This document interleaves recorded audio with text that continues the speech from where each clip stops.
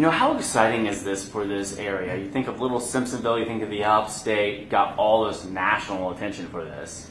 Yeah, I mean, for the whole state, it's very exciting, and for Simpsonville particularly.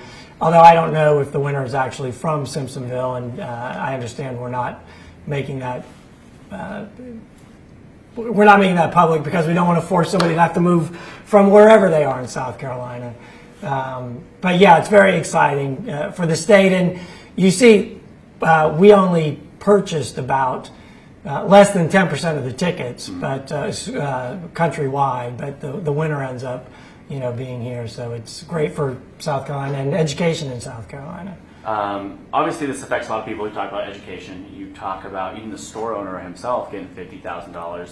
You have someone with millions, hundreds of millions of dollars more. How exciting is it to watch all this ripple effect? You kind of touched on. Yeah, the ripple effect is great, especially for South Carolina education and how it brings more attention to the lottery and hopefully encourages people to responsibly play the lottery and support education in South Carolina, both the scholarships and the other aspects of K through 12 and that lottery money goes towards.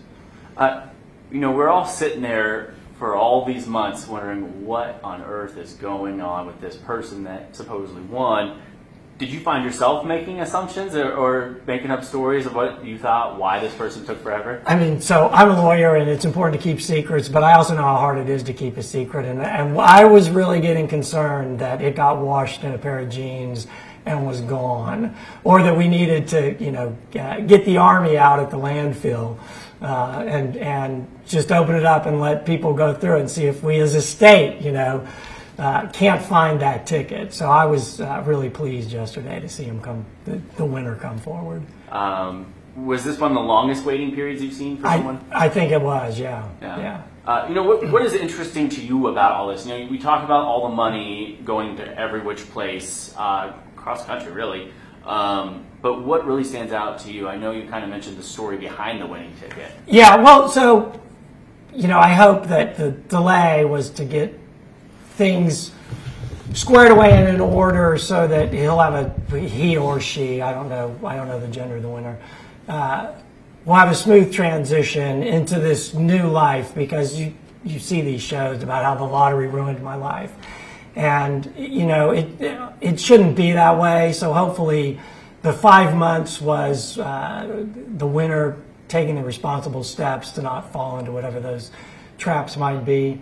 There is one thing I do want to say, and there's a report of a lady who was in line apparently with this gentleman, and I think, I say gentleman again. I don't know if it was a woman or a man, but there was a report of a woman in line with the winner who ended up getting adjusted in line, allowed to go in front of the winner, who has some anxiety about, if I just hadn't changed my position in line, I would have gotten the winning ticket. But I just want her to know that the tickets were being issued probably at about 100 every second. And so if she had just sneezed and had that little bit of a delay, it would have changed the order in which the tickets came out. Because they're not in line like a raffle at a gala or at the movie theater. They're being generated electronically, and they were being sold at a very fast rate all across the country, especially on that day.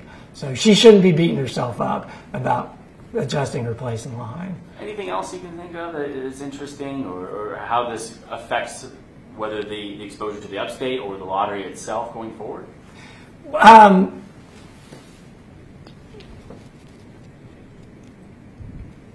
lottery itself going forward, I think I'm a little biased because I'm on the lottery commission, but I haven't been the entire time, and so I think the lottery in South Carolina has done a great job of being very responsible in the way that we play. The statute that the General Assembly passed puts obligations on the Lottery Commission to make sure that it doesn't target particular groups, and we are very sensitive to that.